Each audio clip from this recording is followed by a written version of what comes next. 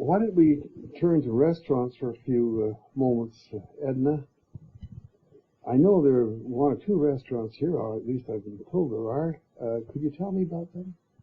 Well, I don't know very much about them. I know there is one in the hotel, and there was one close to Spagnell's store. I don't know if it's still there. Do you think that with the various ethnic groups here, there would be an opportunity for some of them to develop a restaurant having the theme of their particular ethnic, like an Italian restaurant or? Well, I don't know. I'm not very familiar with that sort of thing. No, I see. I can tell you, though, that within our community center, we have one evening a month where we have an ethnic dinner. Oh, that's good. That's a good idea. And we have chefs in our community who provide these dinners. Good. And we have one evening a month, the first Sunday of every month, where the ladies in the Catholic Church put on a spaghetti supper. And this is supported by the whole community. Mm-hmm. There are dinners put on at the Roma Hall. Mm-hmm. They cater to weddings and such like. Mm-hmm. They do a marvelous job for these catering times. I think that's wonderful. So we have a lot going in the community. So it isn't commercialized, the emphasis on community cohesion. Involvement, I think that's wonderful. And what about medical, dental, and social services? Do you have to go over to town? We do now. At one point, we had a doctor's office down here, but that's been long gone. We've never had dentistry here. And the social services are overseen by the city, whatever the city provides, you know. In New Westminster. In New Westminster. City. Yeah, we're part of New Westminster, and we're under their jurisdiction. But you have to go over there for the services. Oh, yes. Social services. Yeah, anything we want in that line is over the bridge. Do you think there is a need for social services? Is there a delinquency problem here? Or the same as battered wives or anything like that? The same as any community. The same as any community, All right. And people, is there a swimming pool, outdoor swimming pool here? No. Somebody declined for that right now? Or what? No, with our type of area and ground situation and so on, we've asked about a swimming pool, and it's just too much involved to have one. Yes, I see. And do you have a bookmobile or a public library? And do they have Boy Scouts and Girl Guides organizations? Oh, yes. They've always had that. Special interest groups, sport leagues, and so on. That are not over and above what the community center offers. Well, they've always had these ball games and so on, and they've had matches with other communities and so on. You mentioned the Roma Hall not too long ago, sort of an ethnic gathering place that open to all community at times, etc. Are there any other organizations like that here, or is that the only one of that? That's predominantly the one that people turn to. There are other halls and other groups that have been formed, but it's never had the same community involvement as Roma Hall. You mentioned, Edna, in our last conversation that there is the school operates as a community school. Yes. What do you think of that? Is it doing a good job? Oh, as far as I can see, it is, and it's something we need here very much.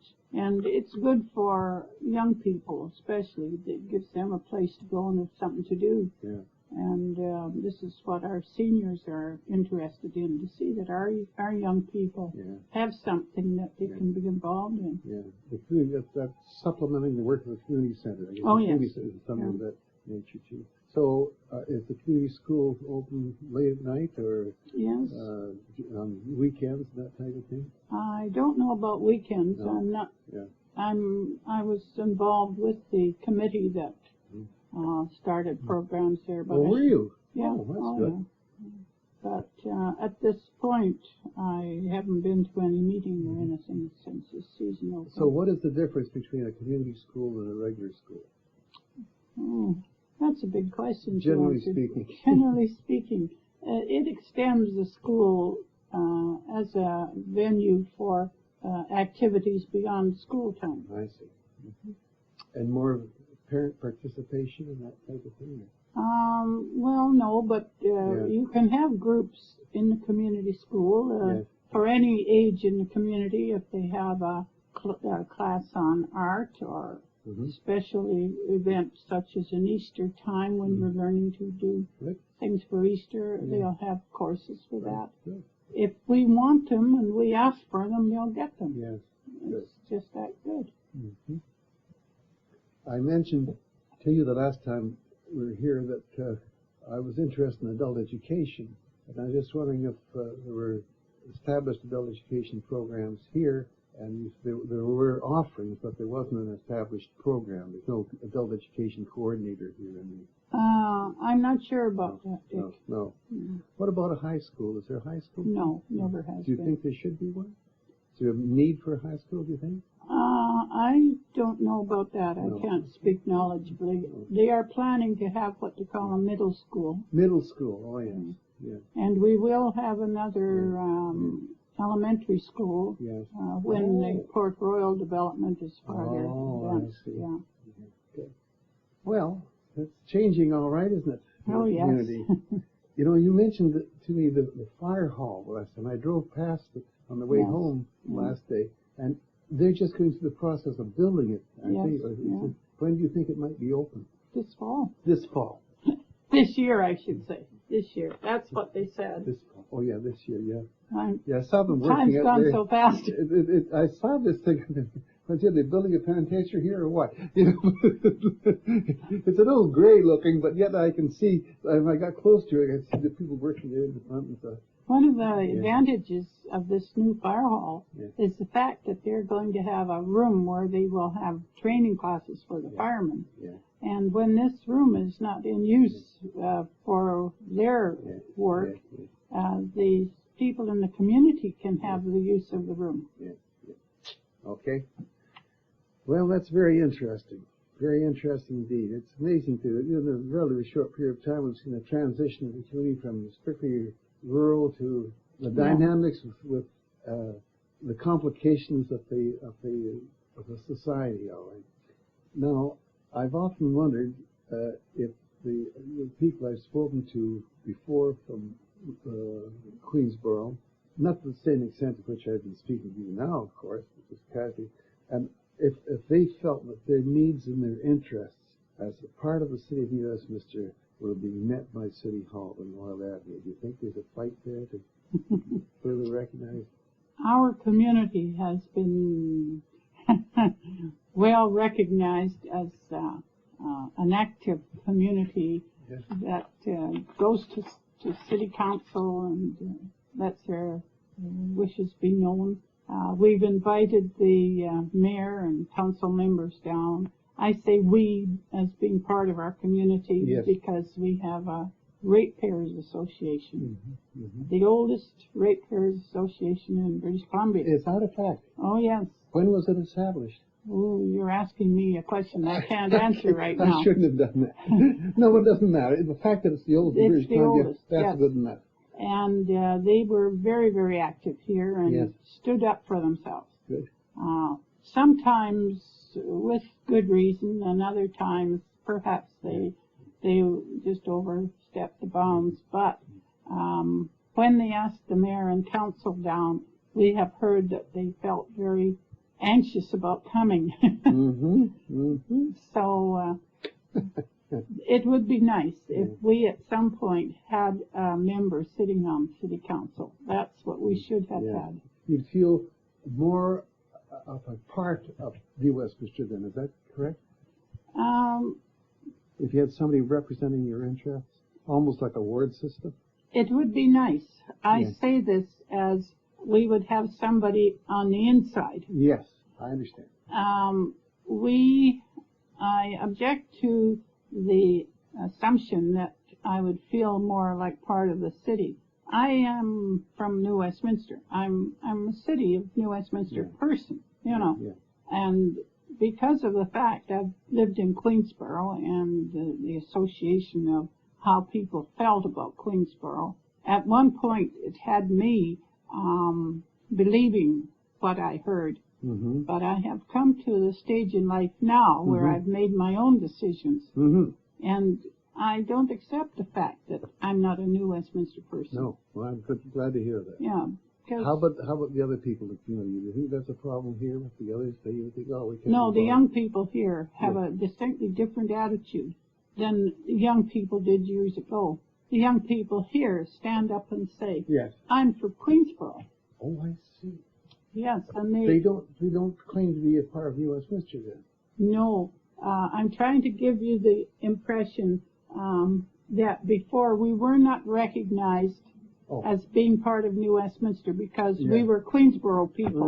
Right, okay. And now, if they are talked to in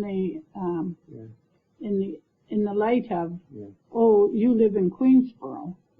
Fine, of course we live in Queensborough. We are asserting ourselves now. It's a neighborhood. Yes, we're people too. Absolutely. Sure, and there's a great difference in our attitude now. We just don't sit meekly by and say, I live in Queensborough. We say, no, we live in Queensborough, and it's made a big difference. Of course it will. Well, Edna, so far so good. I've enjoyed everything you've had to tell me, and perhaps since we've been recording this now for an hour and a half or more, maybe we should come to a conclusion at this point, and then on Friday continue and put an emphasis on your special interests and experience. I'd like and that. Also, at the very end, I'd like to just wrap it up with you, and we'll see how that goes. Is that all right? Is that fair enough? I'd like that. Okay. Thank you very much. You're welcome. The date is now Friday, February the 25th, and Edna Anderson's interview is continuing. Well, Edna, let us turn now to your special interests and your experiences. And the first thing I'd like to ask you is something about your poetry and your short stories. When did you start writing poetry and short stories? I don't think I have a specific date. The poetry, if it is actually called poetry, would be somewhere in the area of 35 years ago. Mm-hmm. I started writing the little poems about the neighbors' children as I watched them at play. And they were so interesting and the situations so cute that these little rhymes just sort of followed. The short stories, I haven't a date for that, maybe 10, 15 years ago. Mm-hmm. A friend was very keen to have me go to a group which she had organized. The group was called the Writers' Discovery Group. I felt I wasn't ready to go into a group with people of their ability, so I didn't get excited about it. But after more persuasion, I gave in and joined the group. I was a little nervous at first, but after I became acquainted with the other ladies and later on gentlemen who were in the class, I found that I was learning a great deal from them, and their stories were very interesting. Mm-hmm. So I enjoyed that part of it. Mm-hmm. These were groups meeting in local people? No, they were people from all over, really. Yeah. And they met in the New Westminster Library. I see. In the there's a room upstairs at the conference room, I believe they call it. Yeah, I see. So, as I understand, just watching children play, those are the kind of things that motivated you to put these feelings down in verse. That's right. And it just developed from there. That's right. Oh, that's very interesting. Could you very briefly describe the types of poems and short stories you're now involved in? I think there'd be any way to describe, this is the kind of poetry I write? I don't think I could describe it, because I never know what type of poem I'm going to create. Yeah, I see. The stories are are given to us by an instructor that we have in our classes, we call it. Yeah. And he'll pick a subject. Yeah. Most of the people in the class are seniors, not all, most. Yeah. So they like to write about their experiences through life. And it's a good way to get information about how things used to be. And we put out an anthology once a year. And some of our members have read for the blind.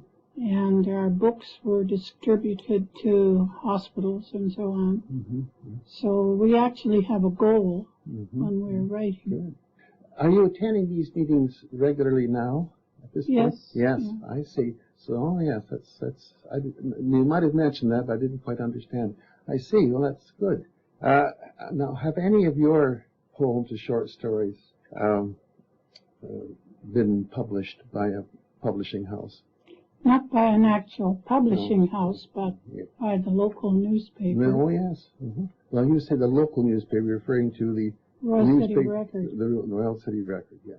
I didn't know whether it was a local newspaper here or... Well, we have a small publication. You have a neighborhood newspaper type thing. Yes, it's quite small, but it's very well done. It's called Queensborough Times. I couldn't think of a better name, actually. Have any of the people here or any place asked you to give them a reading? I can't recall that they have. The reason I asked that question is because you did make reference before we had the interview going about someone asking you to create a poem for a certain occasion. And you said, I can't create a poem just like that, and you were asked to read it. Was that, or did I misunderstand you? No, you understood it all right. I just forgot. The local school principal phoned me and jokingly got me to say I would write a poem, the reason being that two of our Queensborough families had lost grandparents. And the families wanted to dedicate benches, beautiful benches that they had decided to give to the community for the enjoyment of all. These benches are sitting in the entrance to the school, and there's a plaque on the benches, and my poem was to be put in the window beside the benches. Good. And at the time the principal spoke with me about writing a poem, he told me that he felt I knew the people in Queensborough so well that I could come up with something that would describe what was wanted. At the time of the presentation, I was asked to read my poem, and I was presented with a framed copy of the poem for myself. Oh, yes. That's the one sitting on top of the piano. That's right. That's very good. Well, that's quite an accomplishment. I'm proud of that. I'm sure you would be. Have you ever guided other people through a creative writing experience? People who showed an interest in writing poetry have come to you and asked for any help? No. Do you think that there should be a program or a course or a discussion group of some kind focusing on creative writing here at the community center for local people in the neighborhood of Queensborough? It might be nice. I don't know how many people would be interested in it. There's two or three of us that do write. But it hasn't been discussed as far as I know. Well, the reason I asked that, of course, you might be a very excellent potential instructor. No. So young people interested in writing poetry, how do you do it? And just relating some of your past experiences with them. Well, do you know, Dick, I don't think I could tell them how to do it. Because with me, it's a happening. It just comes. Well, maybe that's a very important thing for them to realize, that it's a happening. You know, this is something I'm just throwing out to give you something to think about. Well, that's very interesting. I didn't realize that you were involved to that extent, but after seeing some of your poetry, it's quite obvious, and hearing about it, it's quite obvious that you have a very good background in it. Now, Edna, I realize that you have a number of interests, and I'd like to hear a little more about them. For example, your, shall I say, famous doll collection. Would you like to tell me something about that? Would you like to know how I became involved in that doll collecting? That would be a very good way to start off. Well, I had no intention of collecting dolls. I see. None whatsoever. I have a very good friend whose name is Mary Van Horn. At the time she came here to visit me, she was involved in learning how to repair dolls. In fact, she'd taken a course on it. She knew that I had 2 dolls from my childhood, and she said distinctly, "Edna, you should collect dolls." I said, "Mary, I don't want to collect dolls." And that's exactly how it started. I just fell into it. One reason being that the children who lived next door to me at that time were 2 little girls who didn't really know how to play with dolls, and they left their dolls out in the long grass during a wet summer.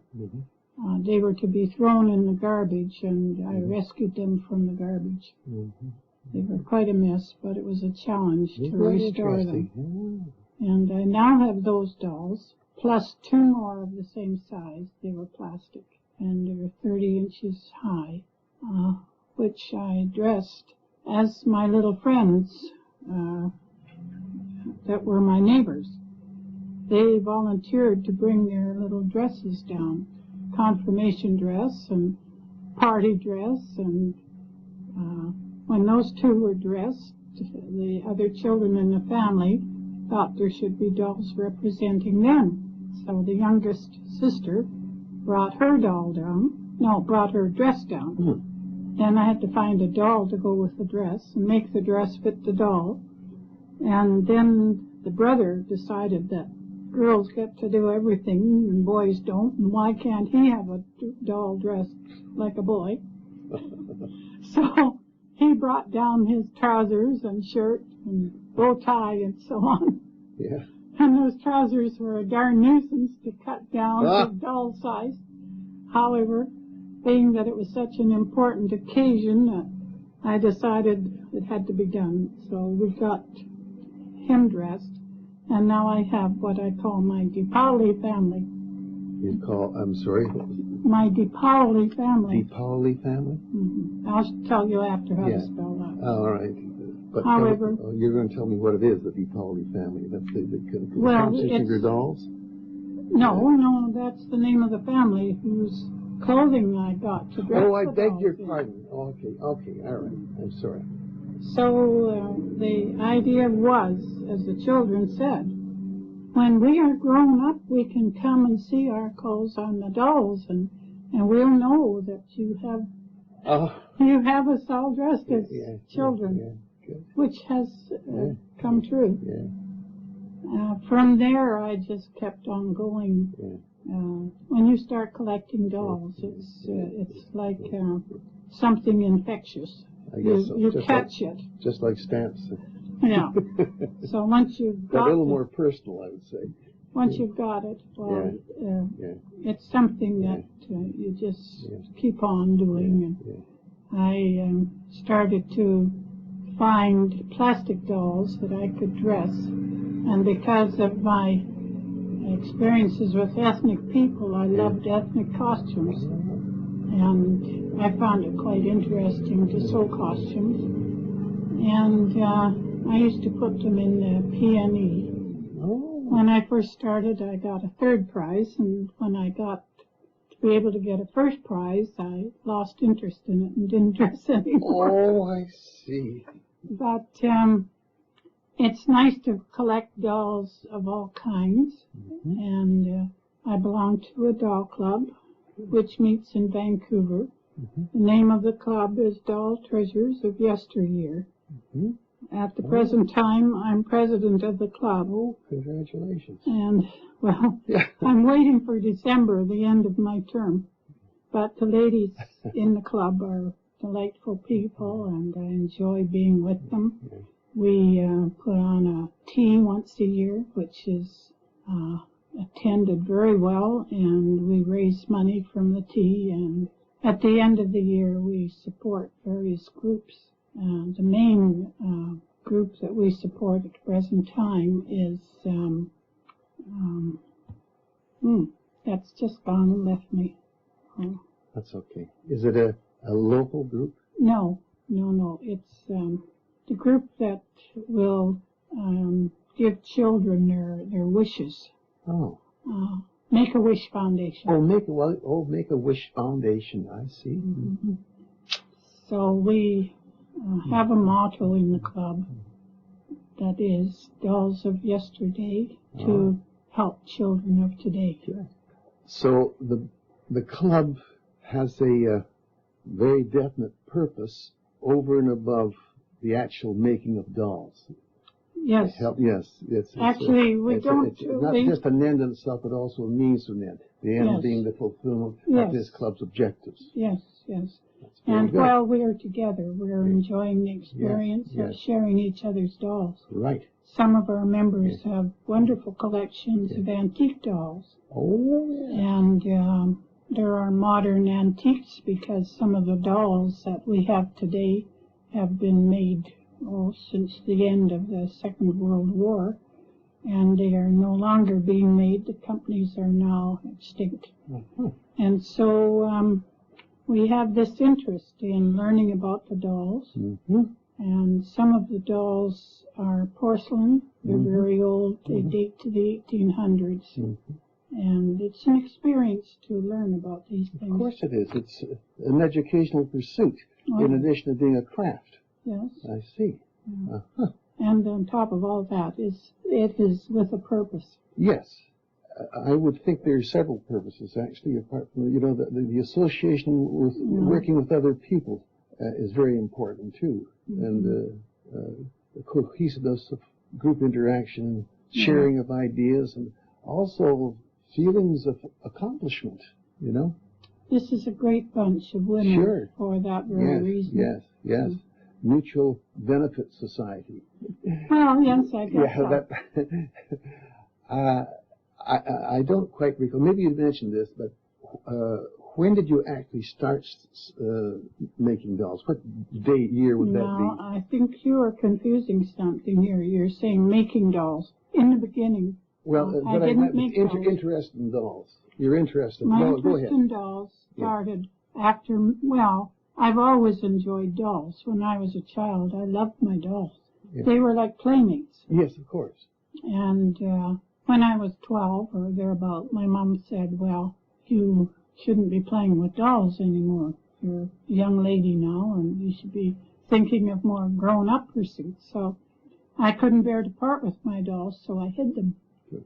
And because Mary knew I had these dolls, she thought I had an interest and would like to collect. When I first started to collect, I realized that antique dolls would be too expensive to collect. And so I started with plastic dolls. And when was this? 1979. 1979, okay.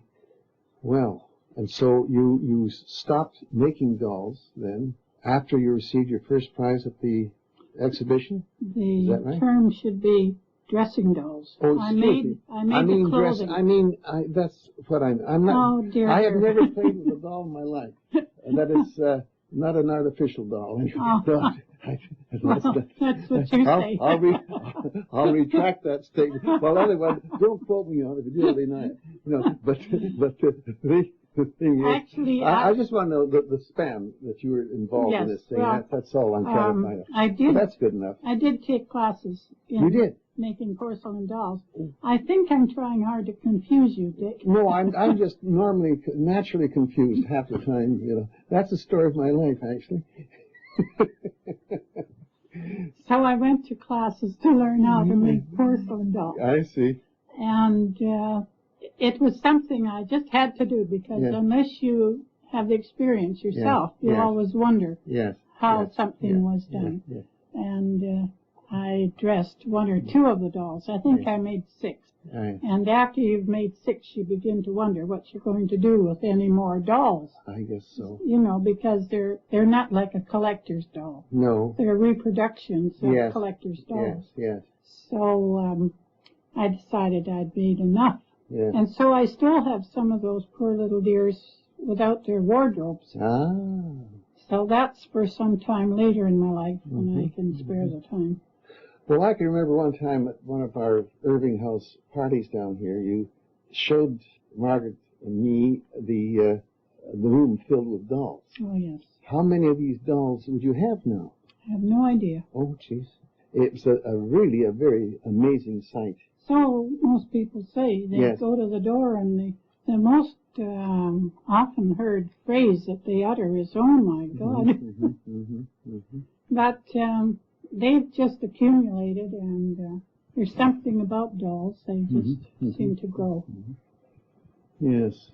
It's been a very happy experience, though. I've enjoyed it. Perhaps we could talk about your garden now, Edna. First of all, could you briefly describe your garden to me? Oh, it's a place that I enjoy very much. My special love is flowers. I have a vegetable garden, and I have a fig tree and a grapevine. I haven't always had those things. I was brought to this garden in 1921. My father had bought the property, realizing that this is wonderful soil to grow, and he came from a farming family, so his immediate concern when he bought the property was to get the garden cultivated. It produced much of the food that they ate at that time. My father and mother were relatively new marrieds, and they needed this help in the garden to augment their food supply. So when I was brought here, they just set me in the garden, and I grew with the plants. Well, I must say it is a very attractive garden, and I think if anybody who hasn't seen it, they should take a look at it, and I'm sure they'd enjoy it because there's several unique features about it. Besides a wonderful array of flowers, nice lush green grass, you have some interesting things such as children at play. Could you let people know what that means? Well, I can describe that. I sat at my kitchen window and watched the children's swing set across the street being relegated to outside the yard. That the children had grown out of the swing set and no longer would use it. It wasn't being used very successfully by any other children, and I thought there must be a use for it. So I got it from the family, and I thought I would put hanging baskets where the swings were, and I put potted geraniums on the swing seat. And there's a little sign on the bar across the top that says "Flowers at Play." Because I have given so many people a tour of the garden, when I come to that particular place, I push the seat and I say in all seriousness, these geraniums just love this swing. There's another one that caught my eye too, and that was a bicycle with plants around it, or part of it, and it was entitled "Going Nowhere." An old bicycle. Maybe you could explain that to me or describe that. Oh, that's just one of the things that happened with my poems. It just rattled around in my head. Around your head. And it just was something that seemed to me, sometimes you feel during your lifetime you don't seem to be going anywhere, and I thought that's a good way to describe it. Very good. Very good. You have a lot of roots and driftwood and so on in your garden, very attractively arranged and appointed, and it's also, those are very attractive as well. I get a lot of fun out of the driftwood. Yes. Through an interview I did to advertise our Urban Farmers Folk Fair, it was done on CBC Radio. Oh, yes. I met a couple who live in Tawasin, and they came over here to find me and to see the garden, because as the lady described her garden, she said it was a funky garden. I see. And so I've been to visit her, and she uses a lot of driftwood. As I showed them around my garden on the initial visit, I had one piece of driftwood which was brought from Vancouver Island. I pointed to this piece of driftwood and said, and this sculpture is known as the knothole. And I hope in time... Known as the knothole? The knothole. It Yes, had one yes. knothole, which is Yes. at the top. Yes. And Oh, I I referred see. to the driftwood as sculpture. Uh-huh. And I said, I hope to have other pieces eventually. Yes, yes. This lady's husband, who was with her, said, oh, driftwood, you want driftwood? We'll get you driftwood. We are beachcombers. Yes, sure. And they have kindly brought me various pieces that I think are beautiful. Yes. They couldn't be designed any more lovely than they are in nature. And I enjoy having them in the garden and giving some of them names. So there will be more pieces eventually. Well, when you talk about driftwood, you immediately indicate that this is a British Columbia garden. This is a West Coast garden, because beachcombers and so on, many gardens do not have, or gardeners have that ready access to driftwood. So this is unique in that respect, I would say. This garden is unique too, in as much as the soil itself is soil that has come from the accumulation of driftwood and so on that comes down the Fraser River. And there's very little of this type of soil left. And it's very sad that the development in Queensboro doesn't recognize this soil as being so beautiful. It's preloaded with all sorts of sand and gravel and so on. Then there's soil brought in from somewhere that never belonged here. And that is what they use for their gardening. So this wonderful soil that I still have in my garden is gone. Well, it's a very unique piece of acreage right now. Yes. Yeah. Well, I'm also interested in hearing a little more, or I should say a little more, just as much you wish to say, because it's vitally interesting. Your garden award you told me about. It's a very interesting name. I think I mentioned that in the introduction to this tape, and how it came about, who gave it to you, and why it was given to you, and et cetera, et cetera. If you could fill me in on that. Well, it was presented to me at the Urban Farmers Fall Fair in 1997. I didn't know anything about it, and apparently they scout around all year and keep track of what's going on in the neighborhood. That year we had changed from our septic tank to a sewer system. And to get rid of the septic tank and so on, we found that we needed soil brought in, and so it was built up and was turned into a rock garden. And there's been features added to this rock garden, little bridges and trees and shrubs of different colors. We've gone into the coloration of the shrubs, and we have incorporated native growth as well as things from the nursery. And we try to color coordinate it. And it's been a fun thing to do. I would think so. And so we were given the honor of the first prize because they were looking for the best conversion of a septic tank area. I see, that's very good, When you say we, are you referring to the man that helps? I was going to ask about that.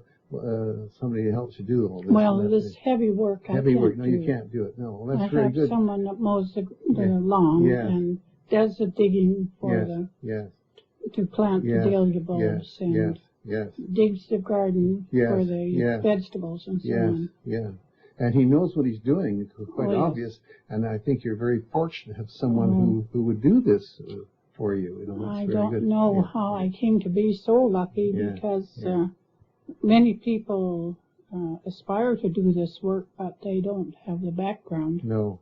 but he knows what he's doing, and he enjoys it. And I enjoy working in the garden with him because we work together on projects. Sure, I would imagine so. Tell me, how many hours, generally speaking, would you say you spend in your garden per week? A week? Oh, well, this summer. Or a day. But this summer, for instance, I got up one morning at 4:30 to turn the sprinkler on because my days to use sprinkler were Thursdays and Sundays, and the garden was very dry, and dahlias need a lot of water. Hanging baskets get very dry, and so I would be out there till maybe, well, I'd put the sprinkler on and come in and have my breakfast and go out and move the sprinkler and come in and have my coffee and go out and move the sprinkler. And so that went on till about 9 o'clock. That would be on the days that I could sprinkle the lawn. Other days I was out there and hand watered parts of the garden, and this year it took a lot of water. I spent many hours deadheading the dahlias and other flowers. But I think it was a labor of love. Yes, sure. I wrote a poem about that, actually. Oh, did you? Yes. And so that's how you're inspired by the things you do, and they just don't come to you, but you have something to motivate you to write poetry and motivate you to work well in your garden.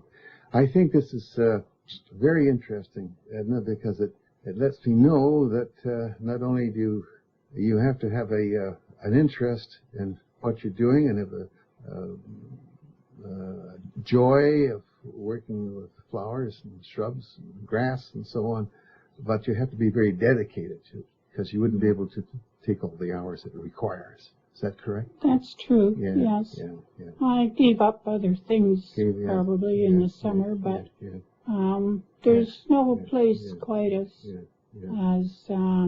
fulfilling or as soul gratifying as a garden. For a person like myself, many people would find it was a pain in the neck, I guess, but it's my way of life and what I like. Well, that's another one of your interests. It's a very interesting interest, very noble too, I should say. And the other one that could really take a lot of your time, I guess, is your association with Irving House. I was surprised to hear that, or meet a number of people who had never heard of Irving House. They lived here all their lives.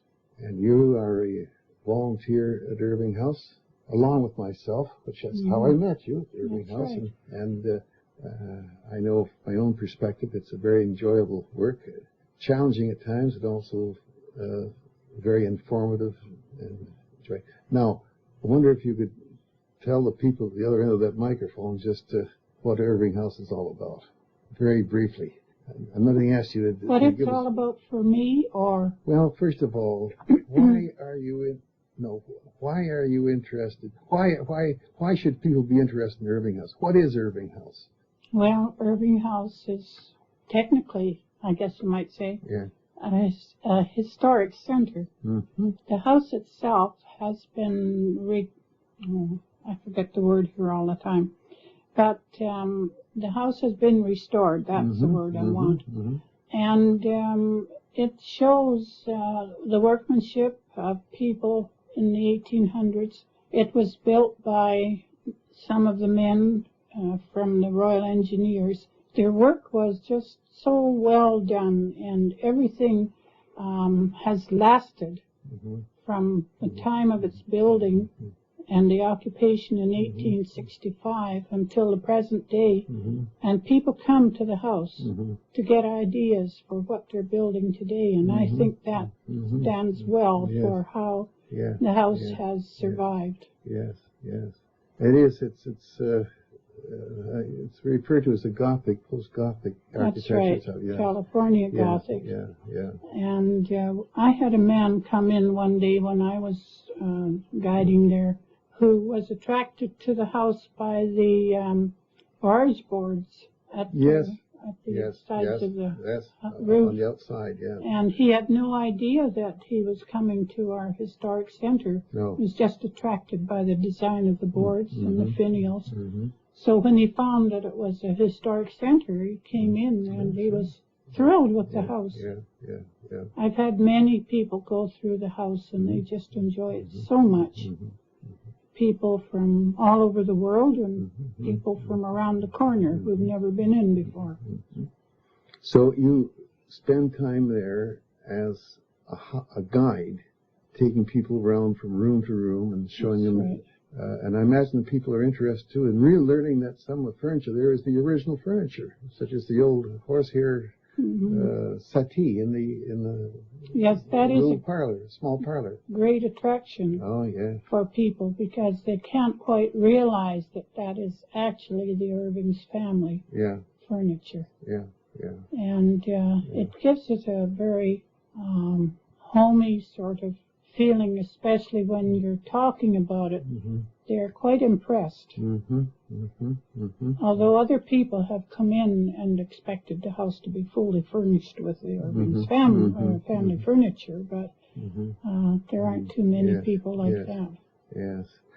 One of the things I find interesting about that house too, Edna, is the fact that the lights are dim to reflect the lighting of the day. That's right. And some people say it's awfully dull in here. That you have to explain to them. Others, of course, understand it right away. Have to explain. Well, you're stepping into the past. That's right. You're walking through history now, and it's not a backdrop. It's the real thing. Well, I remember when my parents, well, perhaps not the first time that they had electric light in our house,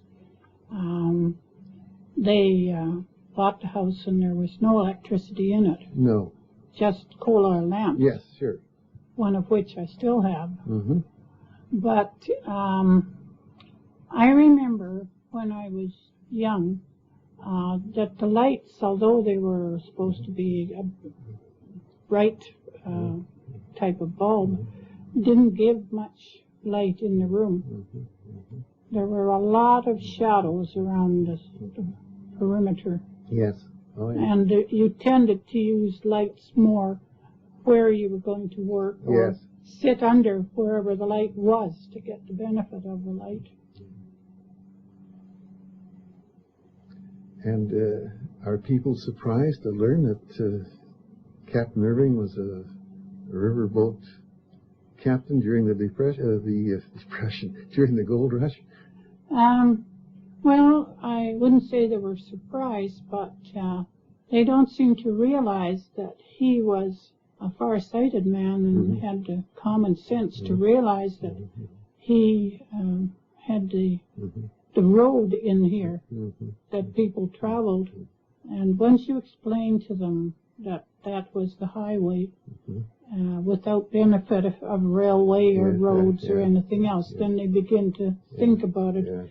They just need to be sort of prepared so that their minds are responsive to what you're saying. And once their interest is held, then you can really tell them a lot. And he was also an excellent navigator and equally good at being a businessman, too. Well, excellent. Yeah.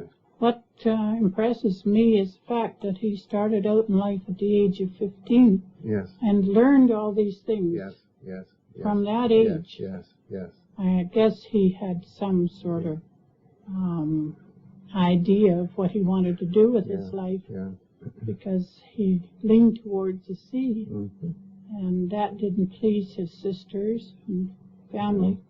But he really had a mind that took him a long way, and I'm very sorry that I could never meet Captain Irving. Yes.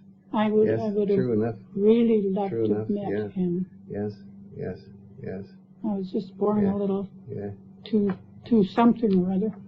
I don't know if it's too soon or too late. I don't think it's too soon. In fact, I'm almost certain it isn't.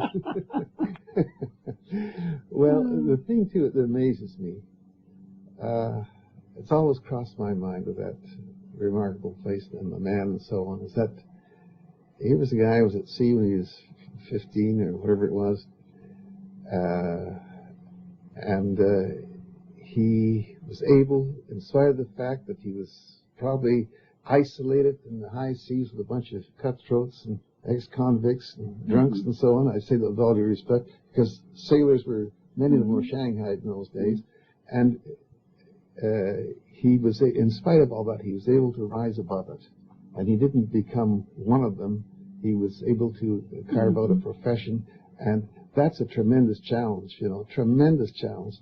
The average person, I think, would be subdued to that. You know, this take a person of a tremendous amount. The odds about being successful were so great against him, you know. Pardon me for saying, but his background was Scottish. Well, I'm very proud of that too, because good. I'm glad you said that. I've come from generations of Scotch people, Scottish people. God, my grandfather would turn over his grave if he said he was Scotch. But here again, I think it's because of the background of Captain Irving. Yeah. He was very set on his goals. Yes. And I've known Scottish people, and they don't waver from what they've set out to do. No. That's true. Yeah. And there was a large family that followed too.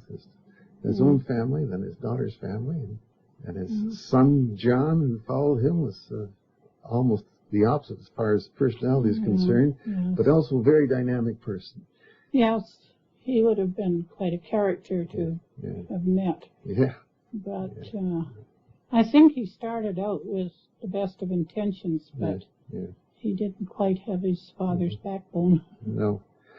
Well, I think the best thing we can do here now is to encourage as many people as possible to really visit the place and spend some time and learn something about their own history, don't you think?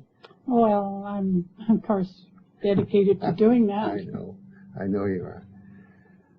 I wonder if we could move on now to, would there be anything else you'd like to say about Irving House? You think would be significant? No, I just enjoy being there. Yes, and, some of the other ladies that are guiding when I am, we jokingly say we just pretend that we're the ladies of the house. Oh, I see. I might drop over here some Sunday then and visit the ladies of the house. No, that's... You must make an appointment. Let us know you're coming, and we will make tea for you and serve it in the small parlor on the settee. Good. We won't serve the tea on the settee, but we'll ask you to sit on it. Sit on the tea or on the settee? And that's just what I'm trying to get. Okay. All right. Now, you have other historic interests, of course, that actually deal with the immediate vicinity, and you wrote a sort of a, Queensborough Reflections of Queensborough, something of that nature. It seemed to you showed it to me, and I was very impressed with it, and maybe you could tell the people on the other side of that microphone just what it's all about. Well, no one had documented anything to my knowledge about Queensborough, especially about the way the people lived, what it was like to be in this community and so on. And I had suddenly realized that the people I had known during my lifetime were no longer with us. We were finding changes taking place. The old ways were disappearing. And it was as if I was pushed in some way to document some of the things I knew about Queensborough. And the book took me, over a period of 10 years to collect the stories that went into it. And I found this area a real homey place, and the people who lived here were similar in their ways of life and so on. And it was something that maybe not too many people realized. I just wanted to tell other people what we were like in Queensborough. I hope I succeeded. I don't think of it as any sort of particular writing project. It was just that I wanted the stories to be remembered. And I've lived long enough to find that there are people who seek out my book because they want to read about what we were like in those days, especially young people going to high school that are doing projects. I've had a number of them come and talk about the early days here. I know there's a copy of it at the Museum Archives, which is on the same property of the Irving House. Would there be a copy in the public library? Yes. Ah, yes, that's very And good. one in the Burnaby Library as well. Yes. Well, I imagine that it touches all bases because you talk about your own situation on a sort of an autobiography to a certain extent.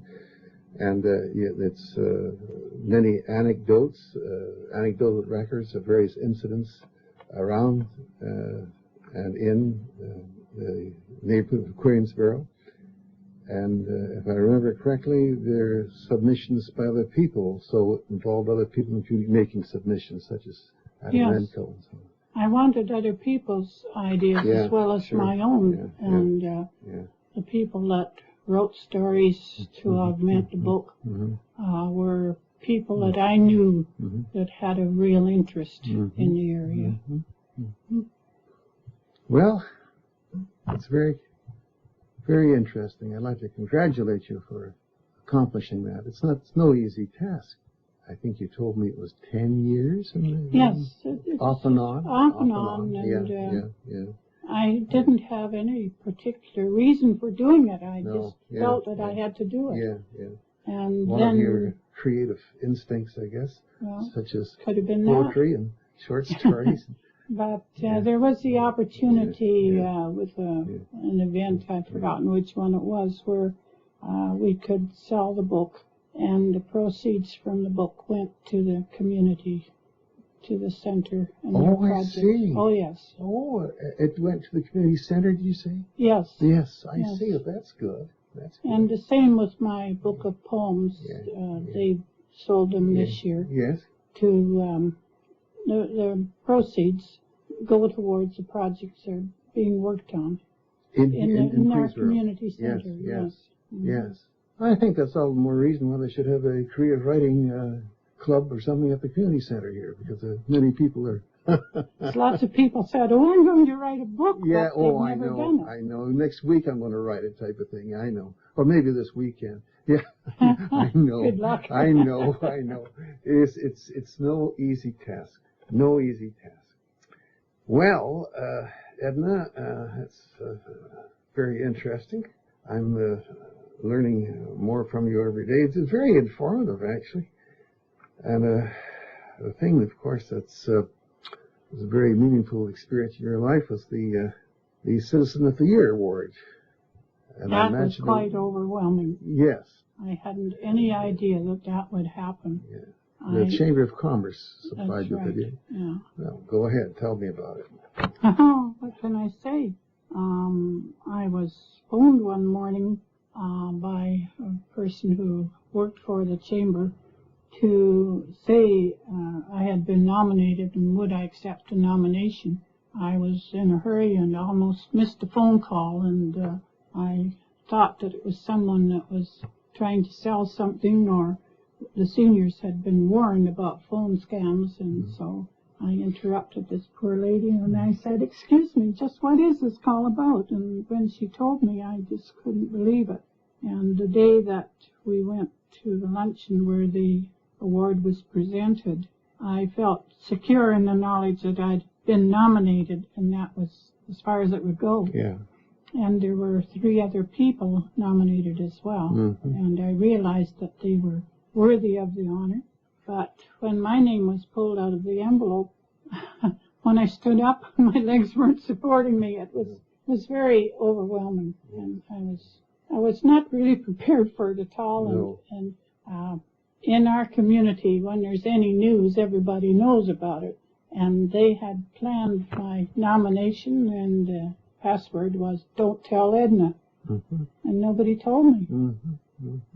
So it was a wonderful honor, though. I really can't understand entirely why I got it, but I'm happy for my community and my city that this has happened, because I feel that if I have been awarded this honor, I have done it on behalf of my community. Very good. Very good. And how did they help you celebrate this?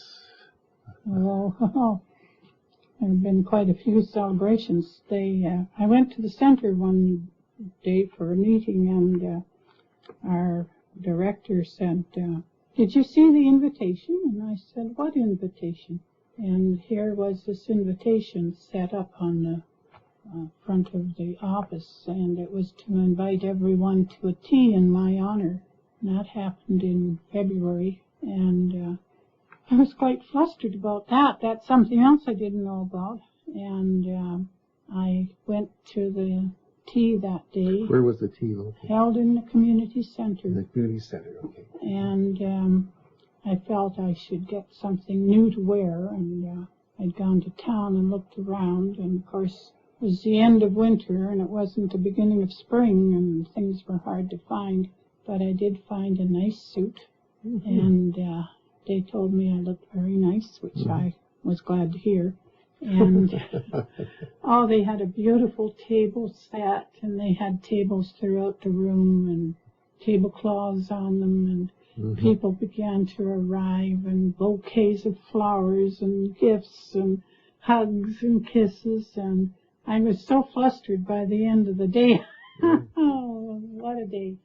But they told me that they think there were about 90 people came. Amazing. Yeah. And one lady, a 97-year-old friend, she came to the tea. Good. Yeah, so Good for her. it was a wonderful, warm experience, and I thoroughly enjoyed it. Yeah. And I also understand that you are one of the main attractions in the May Day Parade. Oh, yes, that's another very exciting day. Yeah, I don't know quite what to say about that. I had a suit, so I didn't wear the same suit I wore to the tea, but this was a nice pale pink suit. Oh, and, I see. I had won a prize in a poetry contest to go to My Fair Lady hat shop. Oh. And I was given